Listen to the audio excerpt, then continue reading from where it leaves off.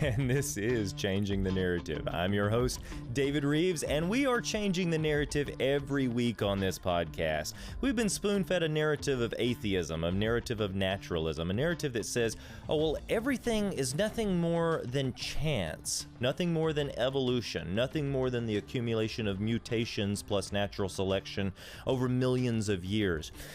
We've been spoon-fed a narrative that tells us that geology is just the collection of layers that have been eroded and deposited over billions of years through slow, gradual, uniformitarian processes. But you know what?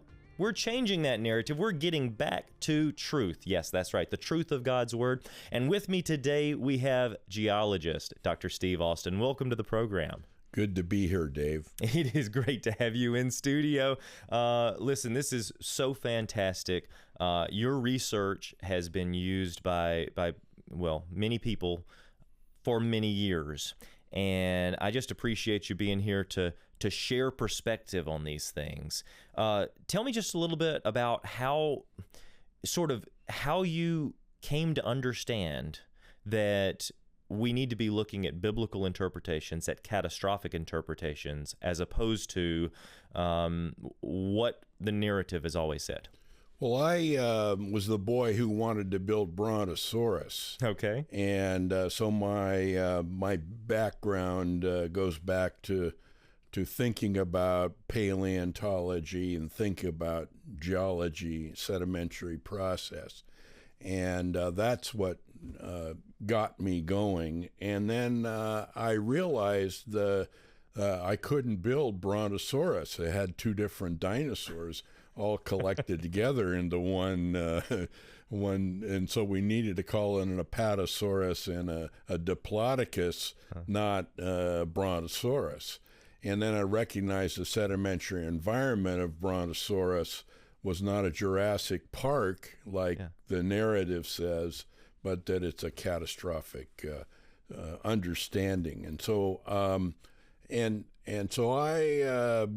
was not a Jurassic Park; it was a Jurassic jumble that was involved with the Brontosaurus, and the marine fossils were there. And so I started thinking flood and catastrophic burial and those kind of things. And so that led me to coal geology and some other interesting fields, and eventually into a career thinking about catastrophic geology.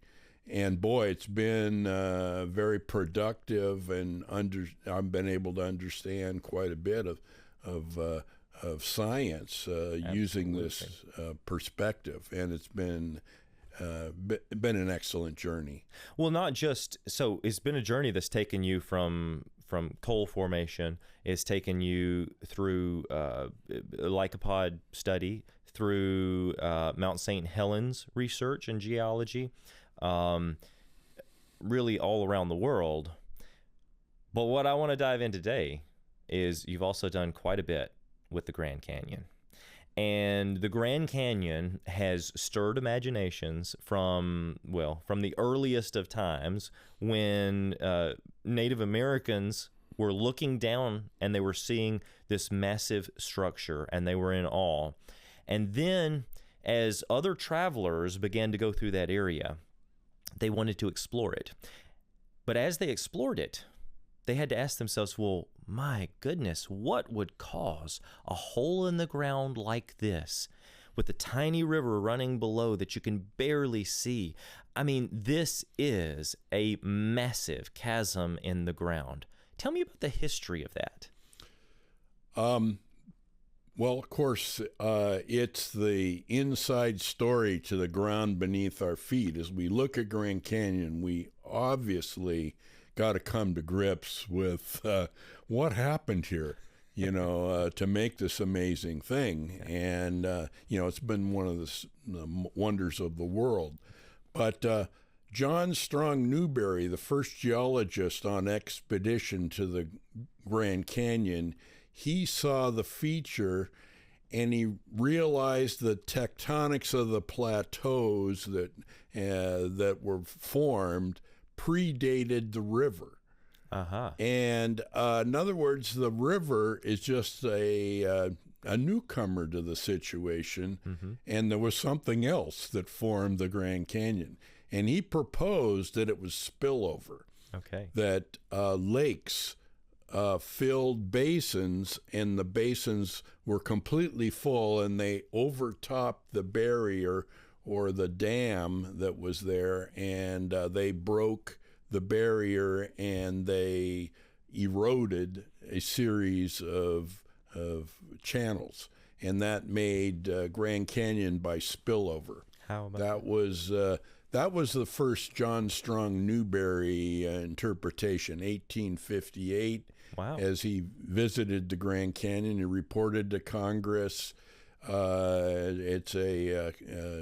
It was a government-funded expedition, and it fell on hard times because of the Civil War, and because Eves, the leader of the expedition, joined the Confederacy, that it was just thrown under the rug. And then later, after the Civil War, in 1869, 11 years later, John Wesley Powell came by, and he proposed, it's not a spillover, it's a large feature formed by a very small river over millions of years. And the plateau was uplifted as the river existed before, and it is the result of slow, continuous tectonics. And now people are thinking of in terms of tens of millions of years to erode Grand Canyon by the river.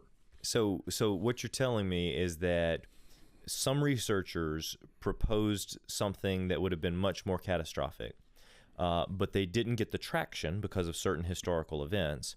So Powell set the narrative. Yeah, and it became popular because he was popular. He was a Civil War veteran, from the Union, and he really was senior in the Department of Interior and the federal government, and so he and his disciples later, explained the Grand Canyon that way. And so, it's a little water and a long period of time, or is a lot of water and little period of time. So these narratives have always been with us. And what is interesting is I've been exploring this, especially the history, is that we haven't really come up with a tolerable explanation for how the Colorado River eroded Grand Canyon. Right. And that's that's the controversial part among geologists. And you'd think after 150, 160 years that we would be able to, get this question decided, but it's still an open question. It's still an open question, and it's been sort of adjusted a number of times where, some people are saying 6 million years of gradual erosion from the Colorado River, and some people are suggesting slight variations on that.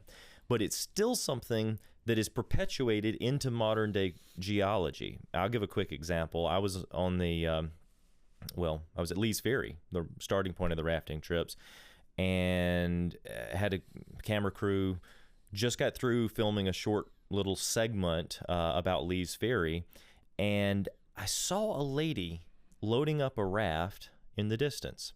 Camera's off. I walked up to the lady and inquired. I was like, what are you getting ready for? She said, we're getting ready for a 16-day journey down the Colorado River. It's going to be quite an intense rafting trip. And I said, that's great. She said, well, what are you doing? And I thought, well, this is a great opportunity to maybe, share just a little bit. And I said, well, I'm actually doing a little bit of on-location video about how perhaps this canyon was formed much more quickly with a lot of water over a shorter period of time. And she said, oh, that's great. And then she kept on loading the raft. Well, I didn't think much about it until in my peripheral vision, I see this tall, lanky fella come storming up. He'd been listening to our conversation from behind a Jeep in the distance. And he said, did I hear you say that you believe that this canyon formed with a lot of water over a short period of time? And I said, well, I think there's good evidence to suggest that might be the case. He said, my PhD is in geology, and I'm here to tell you that this canyon, this massive canyon, was formed over about 6 million years with the Colorado River wearing away at it until finally you get what you see here. And I said, well, I understand that's what you believe, but is it possible that I could just ask you a couple of questions? He said, oh, well, certainly, go right ahead. What would you like to know? I said, have you ever observed a canyon forming over 6 million years of slow erosion from a river like this right here? And of course, he said, well, of course not. We haven't been around as a species for 6 million years to observe such a change happening. And I said, but you do believe that it took 6 million years of slow erosion? He said, well, yes, of course I believe that. I said, could I ask you another question? Oh, anything. What would you like to know? I said, is there any laboratory experiment, any simulation, any way to test this theory that you're telling me of 6 million years of slow erosion from a river like the Colorado River? And he said, well, no, there's no way to test that or simulate that. And I said, but you do still believe that it took 6 million years? And he said, well, of course I believe that. I said, so you believe it by faith? And he said, well, of course. And at that moment, he realized that what his professor had told him, and his professor had told him, and his professor had told him, was simply a narrative that wasn't based on real data. It wasn't based on facts. It was not based on empirical research. But instead, based on what a geologist in the past had proposed, and it had never really been questioned. Yep. Yeah, and it was just a narrative, and it played very loose with the geologic data on which it was supposedly based. Yeah. Yeah. And that's the way spillover and river theories are with the origin of Grand Canyon, is we just assume that the present is the key to the past, and right. We make this leap of faith transition from a primitive Earth to the present Earth. But there are, obviously, you have reasons, observational reasons. What were the first clues where you said, well, maybe a catastrophic spillover or something may better explain this? I've spent 2 years of my life camped out in Grand Canyon and just asking questions like that. And the obvious thing that I noticed was there was a bathtub ring around a lake basin to the east of Grand Canyon. And when I started investigating that, the basin to the east of Grand Canyon, and when I'm seeing the bathtub ring deposits, I'm supposing there was a big lake there the size of Lake Michigan. Could that have anything to do with the erosion of Grand Canyon? And in other words, I proposed not the river, but a lake made the Grand Canyon. That it quickly drained. And it quickly drained by spillover.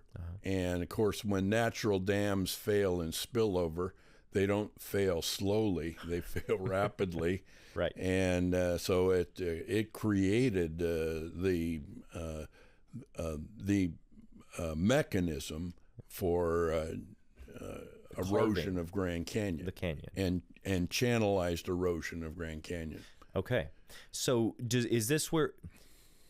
was there any sapping involved, do you believe? Or do you think that it was simply a spillover as a result of the lake, which then carved straight down?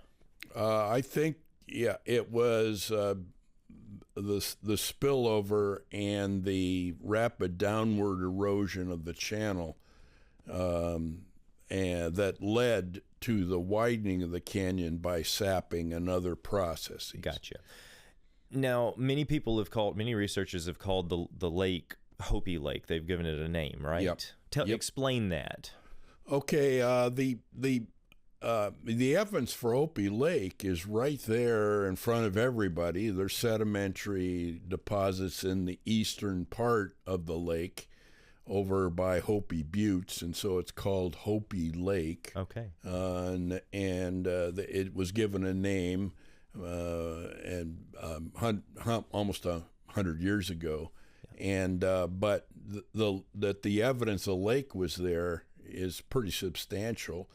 I study the bathtub ring deposit, that's called tufa, Tufa, okay, and the shoreline terraces that it left from the high stand. And I think it was a big lake at 6,000 feet elevation. So that lake catastrophically drained, I believe, and with a series of other lakes above and below Grand Canyon created the present drainage of the Colorado River in the channel. Okay, now today you've used models, elevation models, to try to simulate some of this and figure out how it might have happened, haven't you? Yeah, and so we study the plateaus and the elevation of the plateaus around Grand Canyon. If you put a big concrete structure across the Grand Canyon today, you could impound a lake 5,700 feet high. Wow. Behind the dam. So there's substantial topography today that would allow a big lake to exist. The question is, was there a lake in the past, and what was the elevation? Well, the plateaus have changed, but the digital elevation models lead you to understand it could be a huge lake. Certainly 5,700 feet or even higher. Wow. And so the bathtub ring deposits suggest about 6,100 feet elevation, something like that. And the sedimentary deposits on the east side of the basin, the actual lake sediment that loose that has fish fossils and ostracods and other things, that argues for maybe a lake even higher than 6,100 feet. And so you have a smoking gun at the scene of the crime. Okay, that's the way to put it. Now the details of the lake, people say, well, the lake drained before the Grand Canyon formed 6 million years ago. In other words, all the dating controversies get involved and sure, and all of that. But if you take an overview, that the spillover theory is alive and well. Interesting. So if we're looking at biblical chronology, based on your research, when would the lake have been formed, and when would the lake have breached? Well, I think there was a lake basin there after the flood. Okay. The plateau was uplifted substantially above sea level, and that created the basin to the east. And that Bitahoche Basin, that's what we're calling it, had this big lake in it we call Hopi Lake, the size of Lake Michigan, something like that. And so... now, size as far as width or size as far as volume? Yeah, about the same shape even. Wow. 500 cubic miles of water, something like that. That's a lot of water. It's a lot of water. So there's that kind of space. Okay. And so it's there. Now, if it drained, that would lead to a whole cascade of things. And so I think the lake formed after the flood, after the uplift of the strata that formed in the flood. That strata package was uplifted and it created the basin that was in the post-flood period. And I believe the lake endured, or maybe even was formed by ice age drainage of lakes from above that drained into the area, and then that is what it was a series of basins that developed from the top down, created the drainage pattern that we see today. Very interesting. But what you're proposing is absolutely catastrophic. It's something that would have happened quickly. Yeah. With a ton of erosion. So does something like that have the power to erode that much sediment, like we see must have been removed at the Grand Canyon? Well, about 900 cubic miles of sediment Yeah. was removed, and by hundreds of cubic miles of lake water. Uh-huh. Yeah, that you know, it's within reason. Right. Yeah, and but I believe that the plateau was uplifted in the post-flood and late flood period, and the lake formed, and the strata were cohesive, okay, and solidified, and then the spillover drainage occurred. Probably solid rock was eroded by the drainage of these lakes. Now, there are like these horseshoe-shaped formations through the Grand Canyon, and at the bottom you find very little talus, very little like erosional debris, almost like it's been quickly washed away and not simply brushed away over eons. Right. Okay, so you have the observations, you have the crime scene, essentially. Okay, and you need to understand and interpret it, right? Yep. Well, how do you interpret a crime scene from catastrophic drainage of lakes? Mm-hmm. You got to find modern examples of catastrophic drainage of lakes and what they do to their natural dams. Okay. And so, Mount St. Helens occurred, and it had a 23 square mile area of new landscape that formed. Yeah. And how did the river form over that landscape? The North Fork of the Toutle River was dammed up by landslide debris. It was undammed by spillover of ponding of water, and that spilled over dams. And so Mount St. Helens is a wonderful example to interpret the features of the Colorado Plateau, like little evidence of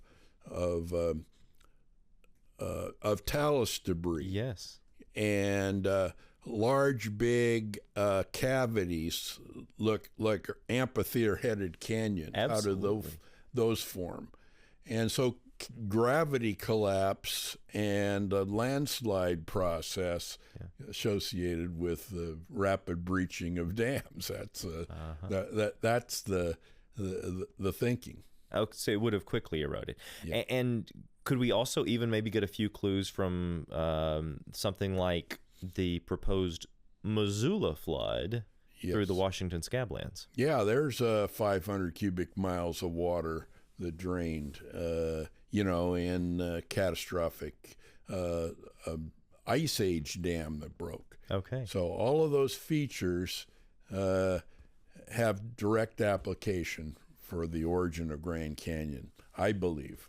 Now, we've been talking about the origin of the Grand Canyon, but the fact remains that the Grand Canyon sediments are absolutely chock full from the bottom to the top layers with marine deposits. We're talking about trilobite tracks. We're talking about bivalves and seashells. We're talking about things like nautiloids. Yeah. Just give me a minute about nautiloids. Well, of all the fossils in the Grand Canyon that I've spent 2 years camped out in Grand Canyon looking at, I'd say they're the ones that fascinated me the most. And they have remarkable story, but I've seen thousands of nautiloid fossils. And they're the length of your arm. Wow. And thousands of these things, but I've seen them only in one layer. And Really? So I'm trying to understand that subject too. But catastrophic flood process formed the limestone layers of Grand Canyon. Yeah. That's the only way to explain almost all of the layers of the Grand Canyon is catastrophic processes, and then you have all of these marine deposits. With the nautiloids, is it true that most of them are oriented in a particular direction, as if it was laid down in lots of mud in a very strong flowing current? Yes, and I've measured the orientations of nautiloids. Okay. It's not random. There's an orientation. Is it really? And so a big current involved. And that's another story that you want to hear. I would love to hear that. For the audience, I'm painting a picture. A nautiloid is like this straight-shelled conical shape that has little cephalopod-type creature with tentacles coming out the end. It's an incredible thing. But we will save that for another time because we are out of time. Dr. Steve Austin, thank you so much for sharing with us, for your research, in Mount St. Helens, footprints in the ash. You worked with John Morris on this, and you really catalog some of the things that went on with the catastrophic processes of Mount St. Helens and how it relates to what we read in our Bibles being absolutely true from the first verse to the last. Genesis is a historical narrative, and we can learn so much. Thank you for being here. Good to be here with you. And thank you for joining us on Changing the Narrative. I'm your host, David Rives, and until next time, I want you to keep looking up, because truly, the heavens declare the glory of God.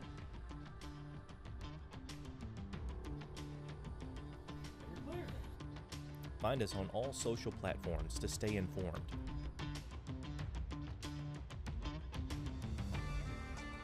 Watch Genesis Science Network 24/7 for free on Roku, Fire TV, and on our website. Visit the world's largest origins-based store, creationsuperstore.com. Plan your trip to the Wonders Center and Science Museum just outside of Nashville, Tennessee. Donate to our nonprofit ministry to help us continue sharing truth.